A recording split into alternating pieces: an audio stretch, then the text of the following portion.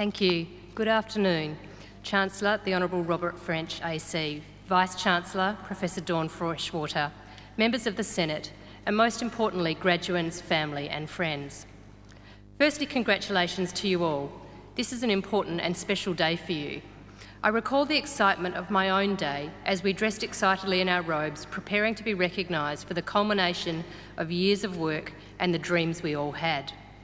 We also realised it was possibly the last time we would all be together. I urge you to look around you at those you have come to know and those you haven't. These are your peers, and whilst your paths will cross again, you are all about to start the next journey in a variety of directions. However, the bonds you have formed will never truly be broken. You will always be part of the UWA 2019 graduating year. When you leave this magnificent hall, some of you will know exactly what path you're on. Some won't.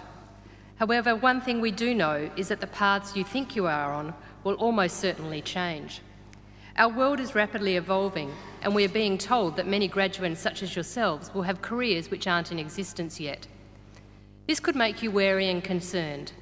However, it should make you excited to see what the future can bring you all. When I stepped outside Winthrop Hall following my graduation in 1994, I was 2 months into my internship. Like most young doctors, I thought I knew what I wanted to do. I was going to be a surgeon. I'd not even heard of medical management, administration or leadership. My path presented itself by stealth. I had several other ideas before taking this course, but finally felt this was where I could make the biggest difference.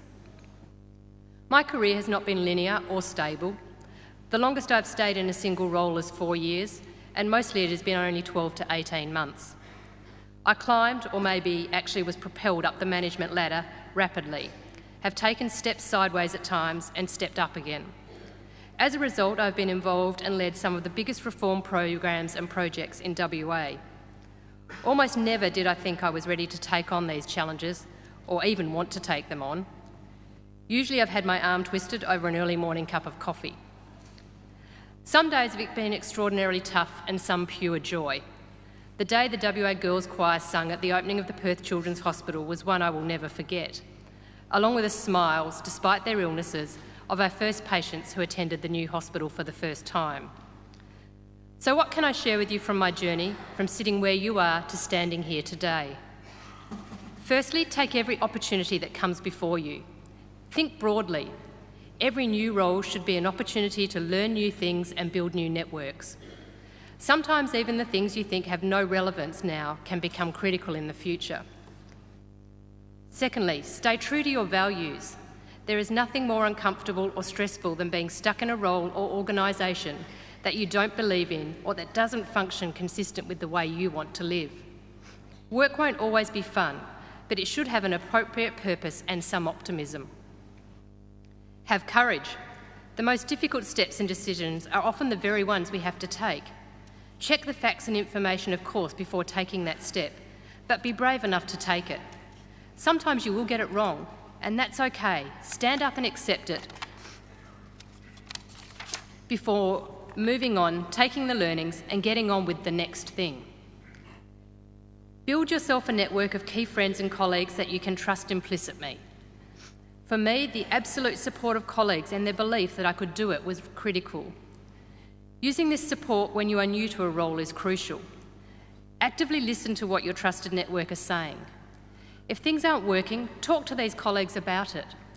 Sometimes we all get caught up in what we're doing and miss the early warning signs. However, those around you will help if you are willing to accept it.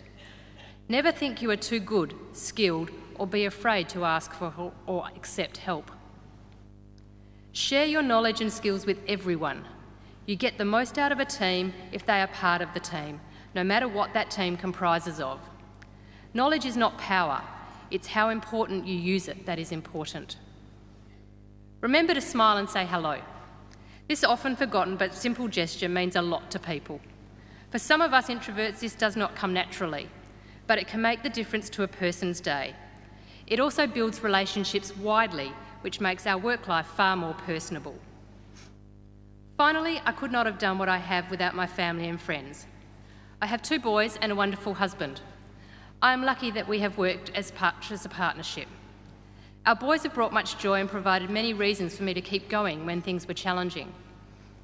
Through their activities, I am also part of a whole other community in the sporting field. I chair the board of the club they belong to.